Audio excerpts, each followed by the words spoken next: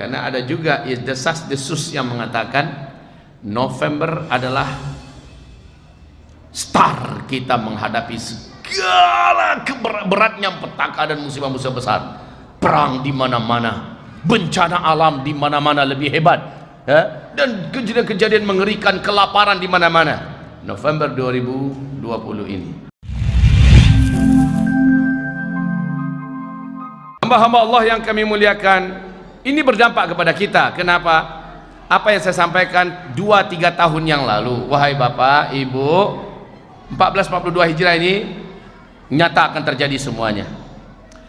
Kelangkaan pakan yang menyebabkan orang akan mengalami kelaparan yang berat di seluruh dunia nanti. Akibat dari Covid, banyak aktivitas tidak berjalan, kebun-kebun telantar, pertanian dan peternakan akhirnya rusak dan hancur, tidak bisa dipanen, ditambah dengan bencana alam. Maka hari ini menegangkan 12 negara penghasil biji-bijian terbesar di dunia tidak berani lagi mengekspor biji-bijiannya karena dipertahankan untuk internal negara tersebut. Indonesia selama ini 64% mengandalkan satu-satunya impor dari Cina, dan Cina hari ini tidak bisa lagi memproduksi karena mereka sibuk menghadapi bencana, menghadapi petaka, menghadapi virus, dan menghadapi persiapan perang. Ditambah rakyatnya makin sengsara sekarang ini, maka tidak ada lagi yang bisa kita impor. Duit juga nggak ada, kita terbelit utang yang hebat. Laut Cina Selatan sedang menggelegar. Wahai kaum muslimin yang kami muliakan, banyak yang akan kita hadapi besok ini, Pak. Dan maaf, saya bukan peramal tentunya. Saya sudah sampaikan ini karena hadis Nabi mengatakan, isbiru. Ini sabda Rasulullah, isbiru fa innahu la ya'ti 'alan nasi zaman illa alladhi ba'dahu illa alladhi ba'da syarrun minhu hatta talqaw rabbakum. Senjata kalian pada masa itu, kata Rasulullah, di akhir zaman adalah isbiru, bersabar, bertahanlah kalian, terus merapat kepada Allah, terus banyakkan sujud, banyakkan angkat tangan, tawakal pada Allah Subhanahu wa taala. Pada masa itu nanti, kata Rasulullah, hari-hari yang kalian jalani lebih buruk daripada yang telah kalian lalui.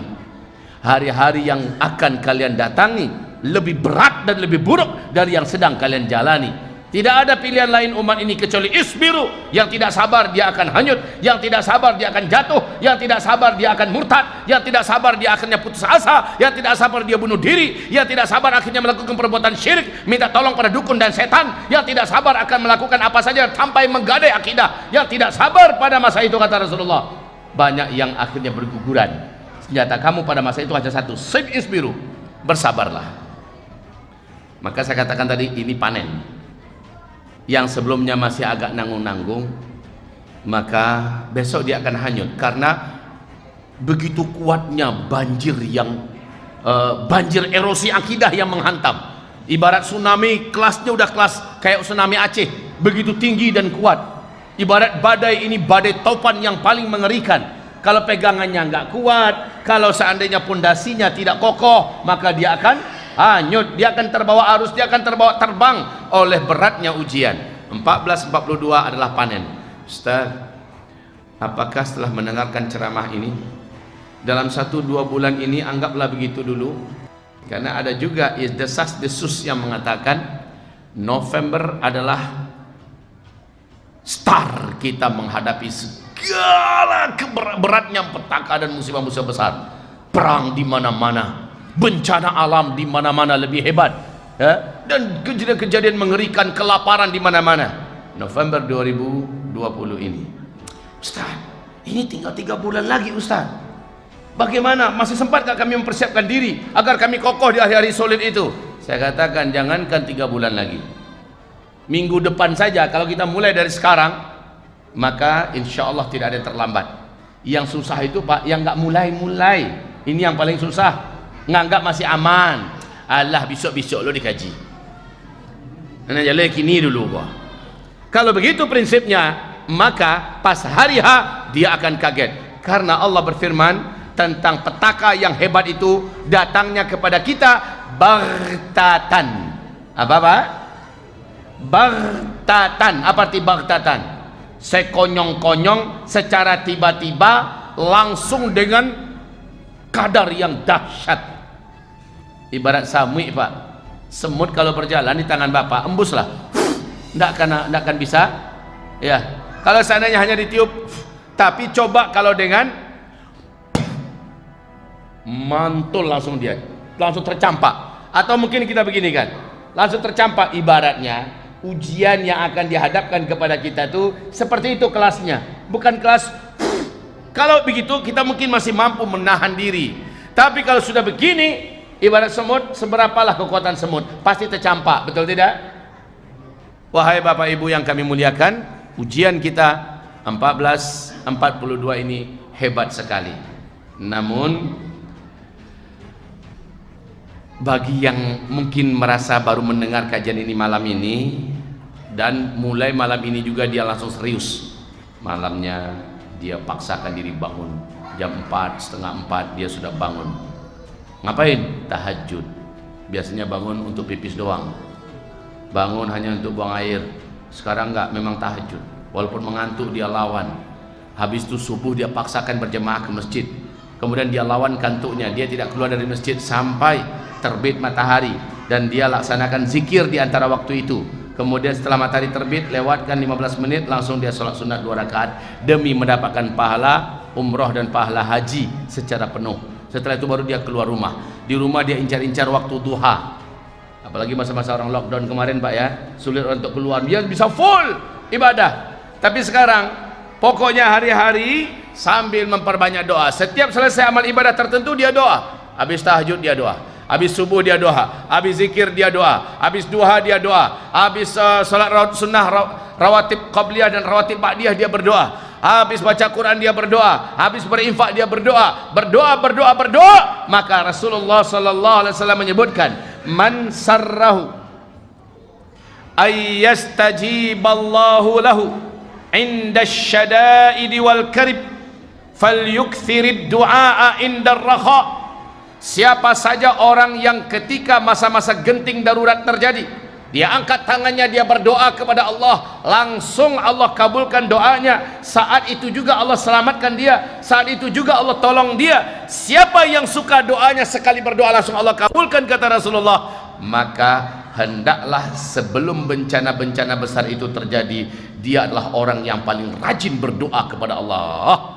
Jadi Pak, berdoa kepada Allah itu ada syaratnya. Syaratnya apa? Beramal dulu baru berdoa. Habis sholat berdoa, habis baca Quran berdoa, habis tahajud berdoa, habis duha berdoa, habis puasa Senin Kamis ya menjelang berbuka doa, habis berinfak berdoa. Pokoknya setelah beramal soleh berdoa.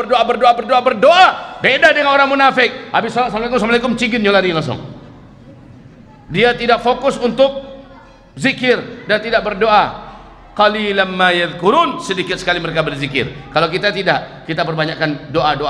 Nanti pas ketika petaka besar terjadi, buruk negara disabui, gampo gadang terjadi pada kota kita Pekanbaru, tabalah kota Pekanbaru. Saat ini kita butuh pertolongan Allah. Kita berdoa, ya Allah selamatkan kami sekeluarga. Allah punya banyak macam cara dan mudah bagi Allah menyelamatkan sekeluarga kita. Kenapa? Karena sebelum bencana besar itu terjadi, kita adalah orang yang kuat beribadah dan rajin berdoa. Inilah hadis Nabi tadi, man sarrahu ayyastajiballahu lahu 'inda syada'idi wal karibi falyukthirid du'a 'inda ar-rakha. Barang siapa senang dia dikabulkan doanya ketika sedang emergensi dan darurat yang bisa menghabiskan nyawa, saat itu sekali saja dia berdoa langsung Allah kabulkan. Siapa yang senang dibegitukan oleh Allah, hendaklah dia memperbanyak amal dan langsung berdoa setelah itu. Itu kuncinya Pak. Ustaz, 2 bulan 3 bulan ini apakah kami terlambat? Tidak, kata saya katakan tidak. Walaupun 1 minggu lagi tidak terlambat, cuma jangan mengulur-ulur waktu. Saya khawatir Bapak Ibu, kebiasaan mengulur waktu ternyata penyebab orang banyak menyesal. Cibo kalau den dulu memperbanyak amal, cibo kalau den dulu banyak berinfak, cibo kalau den dulu banyak beramal soleh, banyak berdoa, coba kalau saya. Akhirnya orang-orang ini menyesal. Wahai hamba-hamba Allah yang kami muliakan, kami cintai, ini tentang pengantar kita bahwa apa yang akan kita hadapi tidaklah akan lebih ringan daripada sebelumnya. Bapak Ibu mungkin berharap tahun baru Hijriah ini akan lebih enak. Maaf ya Pak ya Ibu, agak terpaksa saya menyampaikan, tidak akan lebih baik, Pak. Bu, Ibu, tidak akan lebih baik 1442 Hijriah ini akan kita hadapi. Kesulitan hidup, bencana, fitnah, kegaduhan, huru-hara, petaka, musibah-musibah, penyakit-penyakit, perang, kehancuran ekonomi, krisis makanan, krisis moral akan terjadi di mana-mana, dan ini berat. Lihat saja apa yang saya sampaikan di tahun yang lalu sebelum Covid ini datang. Saya sempat ngaji lagi di daerah Pekanbaru. Sekarang terjadi apa yang saya sampaikan sekarang. Insya Allah tahun ini 1442 Hijriah akan terjadi, Pak. Serentak di mana-mana, perang. Yobana parang, melempar-lemparkan rudal. Memang tembak-tembakan, pakai komputer, pakai teknologi canggih. Banyak negara dan kota-kota yang akan hancur. Di samping dengan bencana-bencana alam, serentak terjadi krisis, kelaparan ekonomi, hancur dan sebagainya. Dan ini berdampak berat kepada kita. Wallahi, sungguh demi Allah, yang paling berat menjalani ujian inilah orang-orang yang tinggal di kota-kota. Saya sebenarnya tidak mau menyampaikan ini, kayak nakut-nakutin orang. Ambo ingin kamu saji untuk tandang hatimu. Kau sudah dengar ustazku mengaji, kacau hatimu gini. Saya menyampaikan agar kita siap-siap. Persiapan terbaik itu adalah iman, amal soleh, doa, dan berbungkuskan sabar. Bermodalkan sabar. Tidak ada yang lain.